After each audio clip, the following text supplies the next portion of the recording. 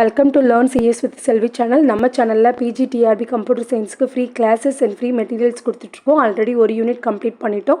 Unit 2 DBMS தான் complete பண்ணியிருக்கோம். அதோட ப்ரீவியஸ் இயர் கொஸ்டின்ஸுமே 3 செட்டு வந்து டிஸ்கஸ் பண்ணி வச்சுருக்கோம். தேவைப்படுறவங்க பிளேலிஸ்ட்டில் இருக்குது, வாட்ச் பண்ணிக்கோங்க. இப்போது யூனிட் 7 பைத்தான் ப்ரோக்ராமிங் ஸ்டார்ட் பண்ணி போயிட்டுருக்கு. இன்றைக்கி டே 10 கிளாஸஸில் தான் இருக்கும். ஸோ புதுசாக வந்திருக்கவங்க சப்ஸ்கிரைப் பண்ணிக்கோங்க, லைக் பண்ணிக்கோங்க அண்ட் PGTRB படிக்கிற உங்கள் ஃப்ரெண்ட்ஸுக்கு ஷேர் பண்ணுங்கள். எங்களுக்கு ரொம்பவே மோட்டிவேஷ்னலாக இருக்கும். வாங்க இன்றைக்கான கான்செப்ட் பார்க்கலாம். இதுதான் பைத்தானோட சிலபஸ். இதில் பேசிக்ஸ் முடிச்சிட்டோம், first part, third part and string, list, tuples முடிச்சிட்டோம்.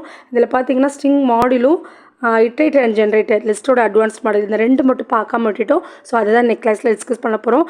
After that function and Python லைப்ரரிஸை வந்து இந்த வீக்கில் கம்ப்ளீட் பண்ணி முடிச்சிருவோம். ஓகேங்களா? ஸோ எவ்ரிடே வந்து 6 PM நமக்கு வந்து வீடியோஸ் வரும். ஸோ அதே ஓரியன்டான MCQ வந்து 6:30க்கு ஷார்ட்ஸில் வரும். அதை நீங்கள் ப்ராக்டிஸ் பண்ணுற மாதிரி இருக்கும். ப்ராக்டிஸ் பண்ணிவிட்டு எந்த டவுட் இருந்தாலும் சரி அதை கமெண்ட்டில் போடுங்க. அதுக்கான எக்ஸ்ப்ளனேஷன் நாங்கள் கொடுக்குறோம். நம்மளோட நோக்கம் என்ன அப்படின்னா, சிலபஸில் எந்த ஒரு டாப்பிக்கும் விட்டு போயிடக்கூடாதுன்னு தான். ஸோ எல்லா டாப்பிக்கும் கவர் ஆகுற மாதிரி எங்களோட கிளாஸஸ் எல்லாமே வந்துடும். ஸோ கீப் வாட்சிங்.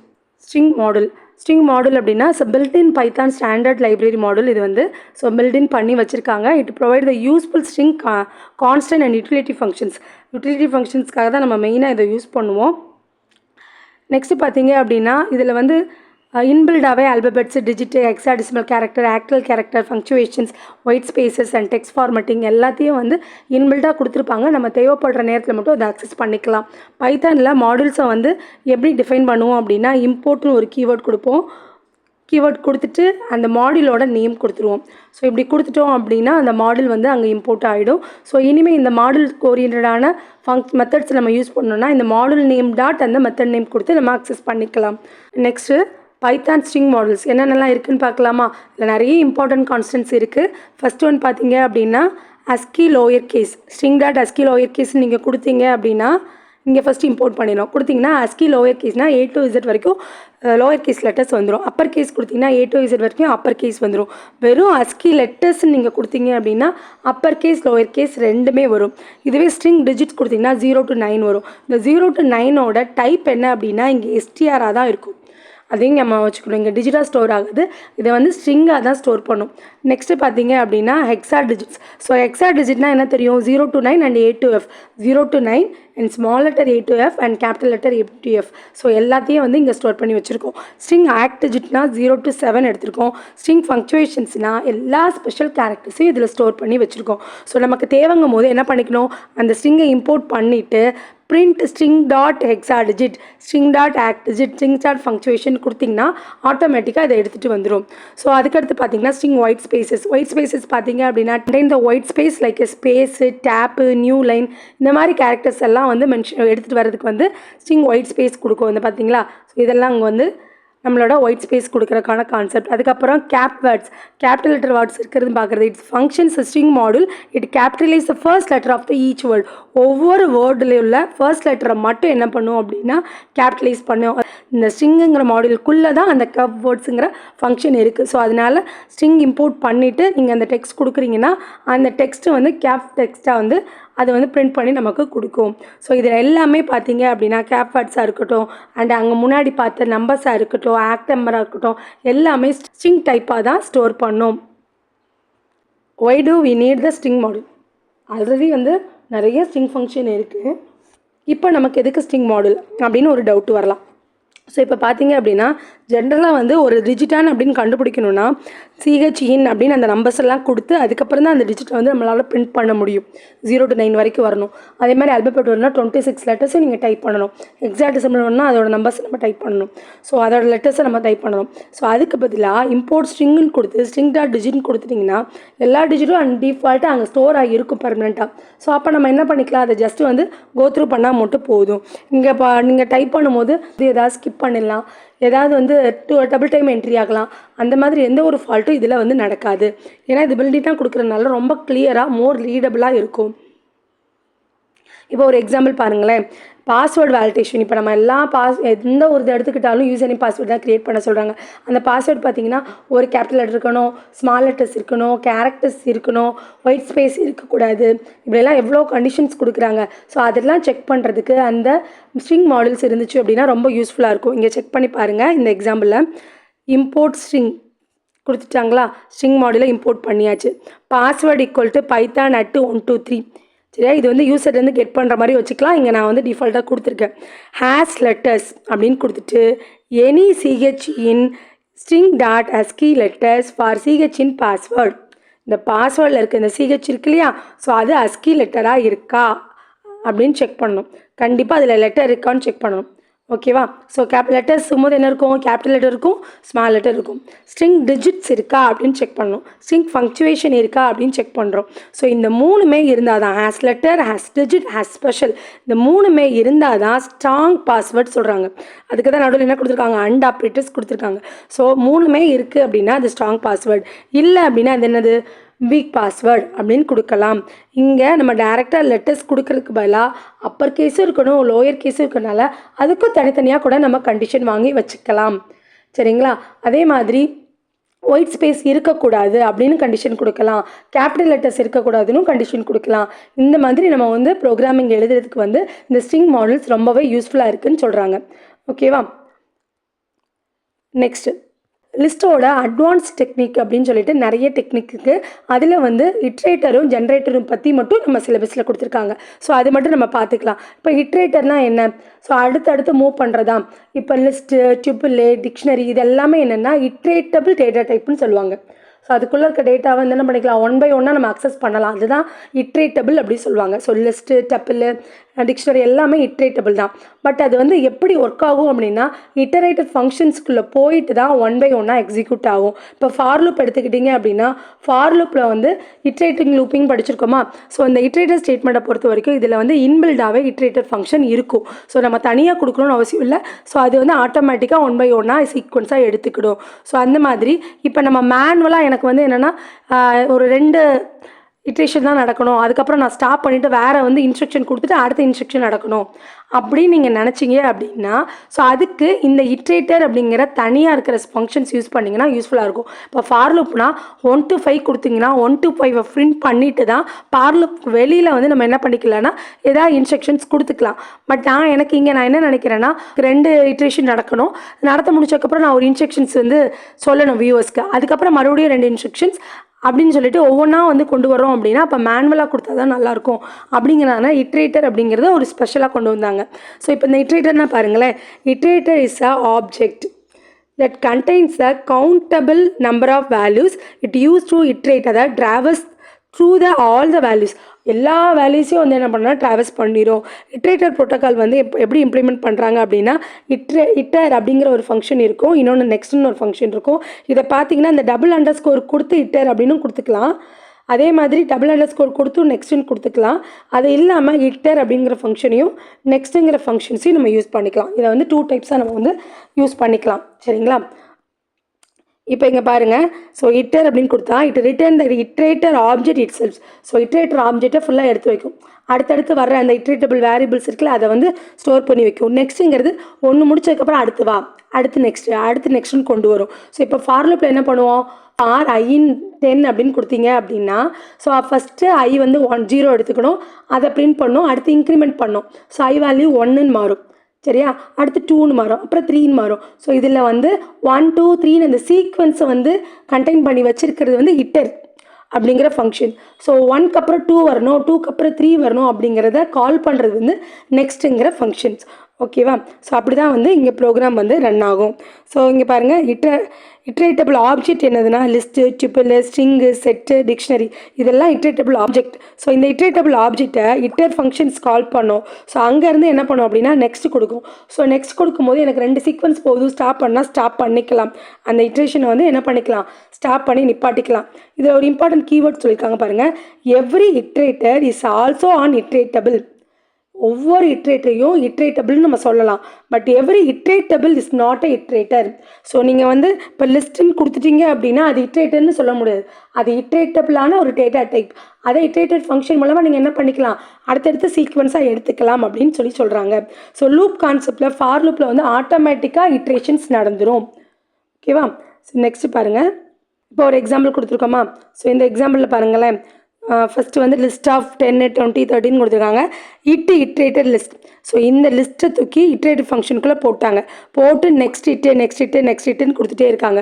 ஸோ இப்போ கொடுக்கும்போது 33 நெக்ஸ்ட்டு கொடுத்தீங்கன்னா ஒர்க் ஆகும். அதுக்கப்புறம் ஆட்டோமேட்டிக்காக என்ன ஆயிரும், இட்ரேஷன் முடிஞ்சிருச்சுன்னு எரர் காமிச்சிடும். அதுக்கு மேலே இட்ரேஷன் இல்லை அப்படின்னு சொல்லிட்டு எரர் காமிச்சிடும். இல்லை நான் இந்த 2 நெக்ஸ்ட்டு கொடுத்துட்டு இங்கே வந்து என்ன பண்ண போகிறேன் அப்படின்னா ஒரு இன்ஸ்ட்ரக்ஷன் கொடுக்குறேன், welcome to the 3rd round அப்படின்னு நான் கொடுக்க போகிறேன்னா கொடுத்துக்கலாம். கொடுத்துட்டு நெக்ஸ்ட் இட்டு கொடுக்கலாம். ஸோ இதுக்காக தான் ஃபார் லூப்பை வந்து யூஸ் பண்ணுறதுக்கு பதிலாக இதை யூஸ் பண்ணுறோம். சில நேரங்களில் நம்ம மேனுவலாக இன்ஸ்ட்ரக்ஷன் கொடுக்கணுங்கிற டைமில் ஃபார் லூப் சூட் ஆகாது. அந்த டைமுக்காக இட்ரேட்டரை யூஸ் பண்ணுறோம். இப்போ இந்த ஃபார் லூப்பில் பாருங்களேன். ஸோ பைத்தான் கொடுத்துட்டோம், CHNS கொடுத்தோம்னா அது வரிசையாக PYTHON கொடுத்துரும். சரியா? ஸோ இதை தான் என்ன சொல்கிறாங்க அப்படின்னா இட்ரேட்டருக்கும் ஃபார் லூப்புக்குள்ள டிஃப்ரென்ஸ் சொல்கிறாங்க. இப்போ கஸ்டம் இட்ரேட்டர் கொடுக்கணுன்னா நீங்கள் வந்து என்ன பண்ணிக்கலாம், தனியாக வந்து இட்ரேஷன் பண்ணிக்கலாம். இப்போ கவுண்ட் 3 கொடுத்துருக்கோன்னா இந்த கவுண்ட் ஃபங்க்ஷனை வந்து 3 டைம் வந்து ஃபஸ்ட்டு என்ன பண்ணுறோம், இனிஷியேட் பண்ணுறோம், அப்புறம் வந்து இட்ரேஷன் பண்ணணும், அப்புறம் நெக்ஸ்ட் கொடுக்குறோம். ஃபார் லூப்பை நம்ம மேனுவலாக ரன் பண்ண வைக்கிறோம் ஒவ்வொரு ஸ்டெப்பாக. அதை மட்டும் ஞாபகம் வச்சுக்கோங்க. இட்ரேட்டர் வந்து என்ன பண்ணுன்னா ஃபார் லூப் கான்செப்டே தான், பட் என்ன பண்ண போகிறோம், மேனுவலாக ரன் பண்ண வைக்க போகிறோம். இந்த இட்டர் அப்படிங்கிறது இட்டரேட்டபிள் ஆப்ஜெக்டை வந்து ஸ்டோர் பண்ணி வச்சுருக்கோம். நெக்ஸ்ட்டுங்கிறது அடுத்தடுத்த ஈக்குவேஷன் போகும். ஸோ இப்போ வந்து ஈக்குவேஷன்ஸ் முடிச்சிச்சு அப்படின்னா அப்போ என்ன வந்துடும் அப்படின்னா ஸ்டாப் இட்ரேஷன் எக்ஸெப்ஷன் வரும். இதுவும் கொஷினாக கேட்கலாம். ஏன்னா இந்த டாப்பிக்கை ஸ்பெசிஃபை பண்ணி கொடுத்துருக்கனால இதில் என்ன டிஃப்ரென்ஸ் அதோட கீவேர்ட்ஸ் மட்டும் பார்த்துக்கிட்டா போதும். நம்ம வந்து கோடிங் லெவலுக்கு வந்து இதை படிச்சுக்கணும்னு அவசியம் கிடையாது. ஸோ என்ன கீவேர்ட்ஸ், இதுக்கும் என்ன டிஃப்ரென்ஸ், ஸோ இதுக்கும் இதில் என்ன அட்வான்டேஜஸ் அப்படிங்கிறத மட்டும் பார்த்துட்டிங்க அப்படின்னா அவங்க வர கொஸ்டின்ஸ்க்கு நம்மளால் ஈஸியாக ஆன்சர் பண்ண முடியும். சரிங்களா? ஸோ இதில் வந்து ஸ்டாப் இட்ரேஷன் எக்ஸெப்ஷன் வரும் எப்போன்னா, ஸோ அந்த இட்ரேட்டபிள் கவுண்ட் முடிஞ்சதுக்கப்புறம் வந்து அதுக்கப்புறமும் நீங்கள் நெக்ஸ்ட்டு கொடுத்தீங்கன்னா இந்த எரர் வரும். ஓகேங்களா? ஸோ நெக்ஸ்ட் இதோட ஃபியூச்சர்ஸ் என்ன சொல்லிட்டோம், 2 இன்ஸ்ட்ரக்ஷன்ஸ் கொடுத்துட்டு 2 இட்ரேட்டர் நடக்கிறோம், நெக்ஸ்ட்டு கொடுத்துரும். அதுக்கப்புறம் நீங்கள் எதாவது இன்ஸ்ட்ரக்ஷன் மேனுவலாக கொடுக்கணுன்னா இது கடையில் கொடுத்துட்டு அதுக்கப்புறம் ஒர்க்கை பார்த்துக்கலாம். இப்போ வந்து 100 இட்ரேஷன் நடக்குன்னு வச்சுக்கோங்களேன். ஸோ 100 அப்படியே நம்ம கொடுக்க மாட்டாங்க, 100 ஆப்ரேஷன் நடக்குது. இப்போ யூசர் 100 டைம்ஸ் நம்பரை கொடுத்துட்டே இருக்க முடியாது, அவங்களுக்கே வந்து என்ன ஆயிரும், போர் அடிச்சிடும். ஸோ 100 வேல்யூஸ் கொடுக்குறதுக்கு இதுக்கு நடுவில் என்ன பண்ணணும் அப்படின்னா ஏதாவது சின்ன கொஷின்ஸ் கேட்டு வாங்கினாங்கன்னா அவங்களுக்கு வந்து என்ன பண்ணிக்கலாம், அவங்கள ஆன்சர் பண்ணுறதுக்கு ஈஸியாக இருக்கும். ஸோ அதுக்காக தான் இந்த மேனுவல் இட்ரேஷன்ஸ்க்காக இதை யூஸ் பண்ணுறாங்க. இது வந்து இட்டர்னு ஒரு ஃபங்க்ஷன் இருக்குது, நெக்ஸ்ட்டுன்னு ஒரு ஃபங்க்ஷன் இருக்குது. ஸோ இதை வந்து டேரெக்டாக இட்டர்னு கால் பண்ணலாம். அதர்வைஸ் 2 அண்டர்ஸ்கோர் போட்டு இட்டர், அகெயின் 2 அண்டர்ஸ்கோர் போட்டு இட்டர் அப்படின்னு சொல்லியும் கால் பண்ணிக்கலாம். ரெண்டுமே கரெக்டு தான். ஸோ அந்த சிண்டெக்ஸையும் ஞாபகம் வச்சுக்கோங்க. நெக்ஸ்ட்டு பார்த்தீங்க அப்படின்னா ஜெனரேட்டர். இந்த ஜெனரேட்டர் என்ன பண்ணும் அப்படின்னா இந்த இட்டரேட்டர் மாதிரியே தான், பட் என்ன அப்படின்னா இதில் ஒரு ஸ்பெஷல் பார்த்தீங்கன்னா ஃபங்க்ஷன்ஸ்குள்ளே கால் பண்ணுவாங்க. ஃபங்க்ஷன்ஸ்குள்ளே கால் பண்ணுறாங்க அப்படின்னா இப்போ ஒரு ஃபங்க்ஷன்ஸில் நம்பர் ஆஃப் பேராமீட்டர்ஸ் இல்லைனா ஒரு லிஸ்ட்டை வந்து நீங்கள் அசைன் பண்ணுறீங்க அப்படின்னா 1 to 1000 இருக்குதுன்னு வச்சுக்கோங்களேன். அதில் டேட்டா 1 to 1000 இருக்குன்னா அந்த 1000 வேல்யூ ரெடியாக எடுத்து வச்சுக்கும் ஃபஸ்ட்டு மெமரியில். எடுத்துகிட்டு அதை 1 by 1 எக்ஸிக்யூட் பண்ணுறது, நம்ம கேட்குற கண்டிஷன் எக்ஸிக்யூட் பண்ணுறது, இப்படி பண்ணும். பட் வந்து இந்த ஜென்ரேட்டர் என்ன பண்ணும் அப்படின்னா ஸோ எல்லா 1 to 1000 வந்து எடுத்து வச்சுக்காது, நமக்கு எது தேவையோ அதை மட்டும் அந்த டைமில் வந்து எடுத்துகிட்டு வந்து கொடுக்கும். ஸோ இதுதான் வந்து ஜென்ரேட்டரோட பெஸ்ட்டு அட்வான்டேஜஸ்ன்னு சொல்லலாம். சரியா? இது வந்து பாருங்கள், இப்போ இதில் வந்து ஈல்டு அப்படிங்கிற ஒரு ஃபங்க்ஷன்ஸ் வந்து யூஸ் பண்ணுவாங்க. இந்த ஈல்டு ஃபங்க்ஷன் என்ன பண்ணும் அப்படின்னா ஸோ கரெக்டாக நமக்கு என்ன தேவையோ அதை மட்டும் கொண்டு வந்து கொடுக்கும். எல்லாத்தையும் கொடுக்காம நமக்கு தேவையான அந்த ஆன்சர்ஸ் மட்டும், அதுக்கான டேட்டாவை மட்டும் மெமரியிலேருந்து ரீட் பண்ணும். 1 to 1000 கொடுத்தீங்கன்னா இப்போ உங்களுக்கு 10 தேவை, 10 எடுக்கும். 500 வேணும், 500 எடுக்கும். சென் வந்து 999 வேணும், அந்த 999 மட்டும் எடுக்கும். 1 to 1000 இது ஸ்டோர் பண்ணி வைக்காது. இதனால் என்னென்னா மெமரி வந்து ரொம்பவே வந்து எஃபெக்டிவ் யூஸ் பண்ணலாம், லெஸ் மெமரி கன்சியூம்ஷன் நடக்கும். ஸோ இங்கே பாருங்கள், ஸோ ஜெனரேட்டர் அப்படிங்கிறதும் ஒரு இட்ரேட்டர் ஃபங்க்ஷன் தான், ஒரு ஸ்பெஷல் இட்ரேட்டர்னு சொல்லலாம். இது வந்து பார்த்தீங்க அப்படின்னா ஒரு ஸ்பெஷல் ஃபங்க்ஷன் மூலமாக இதை கால் பண்ணுவாங்க. அந்த ஃபங்க்ஷனுக்கு யூஸ் பண்ணுற கீவேர்ட் பார்த்தீங்கன்னா ஈல்டு. சரிங்களா? உங்களுக்கு எப்போ தேவையோ அந்த தேவையான கண்டென்ட்டை மட்டும் எடுத்துகிட்டு வந்து கொடுக்குறது தான் இதோட மெயின். இதோட பிக்கஸ்ட் அட்வான்டேஜஸ் வந்து மெமரி எஃபிஷியன்ட் தான். இப்போ பாருங்கள், ஜெனரேட்டர் ஃபங்க்ஷன் இருக்குது. ஸோ அதில் ஈல்டு அப்படிங்கிற ஒரு ஃபங்க்ஷன் இருக்கும். அதை கால் பண்ணும்போது தான் ஜெனரேட்டர் வந்து ஆப்ஜெக்டை வந்து க்ரியேட் பண்ணும். So yield a value and pass a function. அதுக்கான வேல்யூ வந்து ஈல்ட் பண்ணிவிட்டு ஃபங்க்ஷனை பாஸ் பண்ணி நிப்பாட்டிடும். ஸோ நீங்கள் அதுக்கடுத்து நெக்ஸ்ட்டு கொடுத்தீங்கன்னா உங்களுக்கு தேவையானது எடுத்துகிட்டு வரும். சரிங்களா? ஸோ இப்படி நமக்கு தேவையானதை மட்டும் எடுத்துகிட்டு வர்றது அந்த ஜெனரேட்டர் ஃபங்க்ஷனோட ஒர்க்கு. இந்த generator function has at least one yield statement. இந்த ஃபங்க்ஷனில் அட்லீஸ்ட் ஒரு ஈல்ட் ஃபங்க்ஷனாவது கண்டிப்பாக இருக்கணும். Calling the generator function return a generator object. So functions call பண்ணுறோன்னா அதே ஃபங்க்ஷன்ஸை ரிட்டர்ன் பண்ணும்.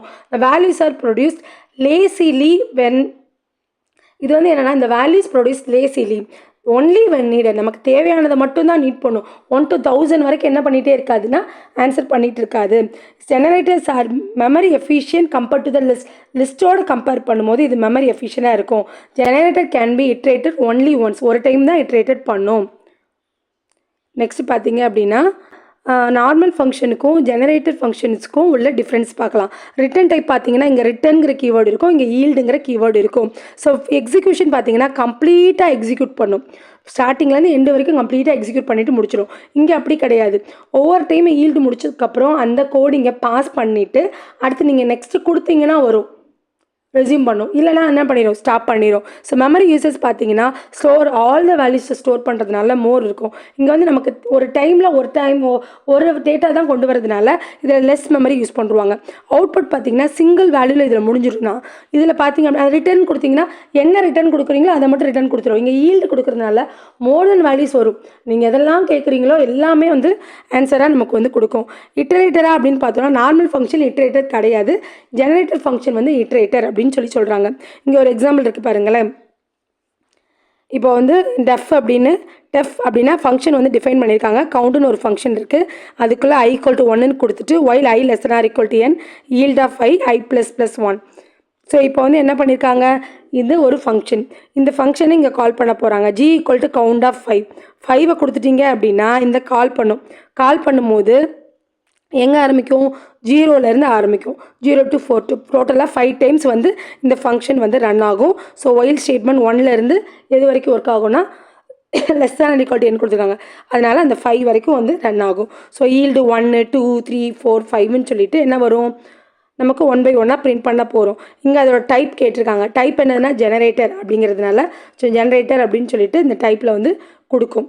இப்போ ஃபார் எக்ஸ் இன் ஜி அப்படின்னு கொடுத்துட்டிங்கன்னா ஸோ ஒவ்வொன்றா வந்து என்ன பண்ணிடும், ஜியில் தானே எல்லா டேட்டாஸும் வந்து ஸ்டோர் ஆகிருக்கு இந்த கவுண்ட்டில் கொடுக்கும்போது ஈல்டில். ஸோ அதை வந்து நமக்கு ரிட்டர்ன் பண்ணிடும். ஸோ இப்படி பண்ணும்போது பார்த்தீங்க அப்படின்னா ஜி கவுண்ட் 3ன்னு கொடுத்துருக்கீங்க. ஸோ நெக்ஸ்ட் ஜி இந்த மாதிரியும் நம்ம பிரிண்ட் பண்ணிக்கலாம் அந்த ஃபார் லுப்புக்கு பதிலாக. இப்படி கொடுக்கும்போது 3 கவுண்ட்னா 3யோடு முடிச்சிடும். அதுக்கு மேலே நீங்கள் நெக்ஸ்ட்டு கொடுத்தீங்கன்னா அங்கே என்ன வரும்னா ஸ்டாப் இட்ரேஷன் எரர் வரும். நெக்ஸ்ட்டு பார்த்தீங்கன்னா இந்த ஈல்டு வந்து நம்ம இஷ்டம்தான். ஸோ நம்ம இந்த இடத்துல பாஸ் பண்ணணும் அப்படின்னா பாஸ் பண்ணி நிப்பாட்டிக்கலாம். ஒவ்வொரு டைமையும் பாஸ் ஆகிட்டு தான் அடுத்த இட்ரேஷன்ஸ் வரும். ஸோ அடுத்தது நமக்கு வேண்டாம் அப்படின்னா ஸ்டாப் பண்ணிவிட்டு நம்ம ஈஸியாக ஸ்கிப் பண்ணிவிட்டு வெளியில் வந்துடலாம். ஓகேவா? அடுத்து பாருங்கள். ஸோ அட்வான்டேஜஸ் டிஸ்அட்வான்டேஜஸ்ன்னு பார்த்தீங்க அப்படின்னா இப்போ ஃபார் லுப்போட அட்வான்டேஜஸ்னால் இது ஈஸியாக இருக்கும், ஆட்டோமேட்டிக்காக இருக்கும், ரீடபிள். அதுவாகவே எல்லாம் பண்ணிடும். இன்ஸ்டலேஷன் பண்ணிக்கும், அதுவாகவே வந்து கண்டிஷன் செக் பண்ணிக்கும், அதுவாகவே என்ன பண்ணிக்கிறோம், இன்க்ரிமெண்ட்டும் பண்ணிக்கிடும். ஸோ லெஸ் மேனுவல் கண்ட்ரோல் வந்து லெஸ்ஸாக இருக்கும். இட்ரேட்டர் பார்த்தீங்கன்னா நெக்ஸ்ட்டு தான் என்ன பண்ணோம், கண்ட்ரோல் தான் நெக்ஸ்ட் 1 by 1 வரணுங்கிறது இந்த நெக்ஸ்ட் ஃபங்க்ஷன் தான் பண்ணும். இதில் வந்து மெமரி எஃபிஷியன்ட் இருக்கும். உங்களுக்கு தேவையானதை மட்டும் நீங்கள் நெக்ஸ்ட் பண்ண போகிறீங்க, வேண்டானா ஸ்டாப் பண்ணிட போகிறீங்க. அப்போ இதில் மெமரி எஃபிஷியன்ட் இருக்கும். ஸோ மேனுவலாக கஸ்டம் ட்ராவல்ஸில் நமக்கு எவ்வளோ பண்ணணுமோ அது வரைக்கும் மட்டும் நம்ம ட்ராவல் பண்ணிக்கலாம். அதுக்கு மேலே வந்துச்சுன்னா நம்ம ஸ்டாப் பண்ணிக்கலாம். So custom iterated need more code, no indexing and one way. இதில் பார்த்தீங்க அப்படின்னா கோடு வந்து அதிகமாகும். நெக்ஸ்ட்டுன்னு கொடுக்குறதுனால கோட் அதிகமாகும். அதே மாதிரி இண்டெக்ஸிங் வந்து யூஸ் பண்ண மாட்டாங்க. ஓகேவா? ஸோ இண்டெக்ஸிங் யூஸ் பண்ணால் தான் நம்ம என்ன பண்ணிக்கலாம், ரேண்டமாக யூஸ் பண்ணிக்கலாம். நான் இண்டெக்ஸ் ஆஃப் 10ன்னு கொடுத்தனா 10 மட்டும் எடுத்துகிட்டு வரலாம். பட் இங்கே நெக்ஸ்ட் கொடுத்துருக்கனால சீக்வன்ஸ் ஆப்ரேஷன் நடக்கிறதுனால டைம் அதிகமாக எடுத்துக்கிற மாதிரி சொல்கிறாங்க. மெமரி கம்மி ஆனால் டைம் எடுத்துக்கும். அதுக்கப்புறம் ஜெனரேட்டர் அப்படின்னு எடுத்துட்டோன்னா so memory efficient, lazy, simple using yield, good for huge and infinite data, large streaming data. So இது வந்து ரொம்ப மெமரி எஃபிஷியண்டாக இருக்குமா, இப்போ லைவ் எல்லாம் எடுக்கிறாங்க வருது இல்லையா, லைவ் நியூஸஸ்லாம் அந்த ஸ்ட்ரீமிங்க்கெலாம் என்னது அப்படின்னா இந்த ஜென்ரேட்டரை வந்து யூஸ் பண்ணும்போது தான் ஈஸியாக இருக்குது அப்படின்னு சொல்கிறாங்க. ஸோ இதில் இது வந்து லார்ஜ் டேட்டா இருக்குது, 1 to 10,000 இருக்குன்னா எல்லாத்தையும் கொடுக்காம நமக்கு தேவையானதை மட்டும் ஃபெச் பண்ணி ஹீல் பண்ணி தேவையான இடத்துல பாஸ் பண்ணி கொடுக்கறதுனால இது வந்து லார்ஜ் டேட்டா அண்ட் ஸ்ட்ரீமிங் டேட்டாவுக்கு ரொம்ப யூஸ்ஃபுல்லாக இருக்குன்னு சொல்கிறாங்க. ஒன் டைம் தான் யூஸ் பண்ண முடியும், இண்டெக்ஸிங் கிடையாது, தென் வந்து வேல்யூஸ் வந்து ஸ்டோர் பண்ணாது. அதனால் இது வந்து கொஞ்சம் டிஸ்அட்வான்டேஜ். ஸோ வேல்யூ ஸ்டோர் பண்ணாதனால என்ன பண்ண முடியாதுன்னா நமக்கு தேவையான திருப்பி வந்து என்ன பண்ண முடியாது, ரிப்பீட் பண்ண முடியாது. ஸோ எப்போல்லாம் வந்து ஹியூமன் இன்ட்ராக்ஷன் வேணும் என் இஷ்டத்துக்கு நான் ரன் பண்ணுவேன்னு நீங்கள் யோசிக்கிறீங்களோ அப்போ தான் இட்ரேட்டரும் ஜென்ரேட்டரும் யூஸ் பண்ணலாம். சரியா? ஜஸ்ட்டு இதோட அட்வான்டேஜஸ் என்ன, எப்படி இது ஃபார் லூப்லேருந்து டிஃபர் ஆகுது, இது எப்படி வந்து நார்மல் ஃபங்க்ஷன்லேருந்து டிஃபர் ஆகுது, இது மட்டும் தெரிஞ்சு வச்சுக்கோங்க போதும், ரொம்ப கன்ஃபியூஸ் பண்ண வேண்டாம். ஓகேவா? இப்போது நம்ம இந்த பார்ட் ஃபுல்லாக முடிச்சிட்டோம். இன்னும் நமக்கு ஃபங்க்ஷன்ஸும் பைத்தான் லைப்ரரிஸ் மட்டும்தான் இருக்குது. அதை கம்மிங் வீக்ஸில் வந்து நம்ம கம்ப்ளீட் பண்ணிடுவோம். எவ்ரி வீக் சண்டே வந்து அந்த வீக்கில் நடந்த நம்ம கிளாஸஸ் சம்மந்தமான எம்சிக்யூ வந்து கண்டக்ட் பண்ண போகிறோம். கூகுள் ஃபார்ம்ஸில் தான் இருக்க போகுது. யாரெல்லாம் கூகுள் ஃபார்ம்ஸில் வந்து டெஸ்ட் அட்டன் பண்ணுறீங்களோ அவங்களோட மெயில் ஐடி எங்களுக்கு வந்துடும் இல்லையா? ஸோ அந்த மெயில் ஐடிஸ்க்கு மட்டும்தான் இந்த யூனிட்ஸ் கவர் பண்ணி முடிச்சதுக்கப்புறம் ஃபுல் யூனிட்டுக்கான எம்சிக்யூ நியர்லி 200 எம்சிக்யூ அதில் இருக்கும். ஸோ 200 எம்சிக்யூ வித் ஆன்சரோட ஃப்ரீயாக அந்த பிடிஎஃபை வந்து உங்களோட மெயில் ஐடிக்கு சென்ட் பண்ணிடும். ஸோ இது வந்து எக்ஸாம்ஸ் வந்து அட்டன் பண்ணுறவங்களுக்கு மட்டும்தான். இதை டெலகிராம் லிங்க்கில் நாங்கள் கொடுக்க மாட்டோம். ஏன்னா எல்லோரும் வாங்கிட்டு அதை யூஸ் பண்ணாமல் போட்டுறீங்க, அதனால் யூஸே கிடையாது. ஸோ அதனால் டெஸ்ட் அட்டன் பண்ணுறவங்க ரெகுலராக கிளாஸஸ் இருக்கிறவங்களுக்கு மட்டும் எம்சிக்யூ கொடுக்கலாம்னு நினைக்கிறோம். மற்றபடி உங்களுக்கு நோட்ஸஸ் வேணும் அப்படின்னா நம்ம டெலகிராம் லிங்க்கில் ஜாயின் பண்ணிக்கோங்க. அதில் ரெகுலராக நோட்ஸ் எல்லாமே அப்டேட் பண்ணிடுவோம். அந்த நோட்ஸ் எல்லாருக்கும் ஃப்ரீ தான். ஓகேவா? எம்சிக்யூ மட்டும் டெஸ்ட் அட்டன் பண்ணுறவங்களுக்கு கொடுக்கலான்னு நினைக்கிறோம். ஸோ டெஸ்ட்டு வந்து மறக்காமல் அட்டன் பண்ணுங்கள். அது வந்து சண்டே வந்து 11 o'clockலாம் வந்து உங்களுக்கு அந்த வீடியோ போஸ்ட் ஆயிரும். அந்த வீடியோட டிஸ்கிரிப்ஷன்லேயே லிங்க் கொடுத்துருப்போம் டெஸ்ட்டுக்கு. அந்த லிங்க்கை டச் பண்ணி நீங்கள் வந்து டெஸ்ட் அட்டன் பண்ணிக்கோங்க. ஓகேவா? அந்த டெஸ்ட்டு பற்றின ஃபீட்பேக்கு நீங்கள் கமெண்ட்டில் கொடுங்க. ஓகேவா? ஸோ பைத்தான் வந்து நெக்ஸ்ட் வீக் கம்ப்ளீட் பண்ண போகிறோம். அடுத்து என்ன யூனிட் ஸ்டார்ட் பண்ணலாம் அப்படிங்கிற சஜஷனையும் நீங்கள் கமெண்ட் பாக்ஸில் கொடுங்க. எந்ததுக்கு வந்து அதிகமாக கமெண்ட் வருதோ அந்த யூனிட்டை தான் நெக்ஸ்ட்டு ஸ்டார்ட் பண்ண போகிறோம். ஓகேவா? Thank you. See you the next class.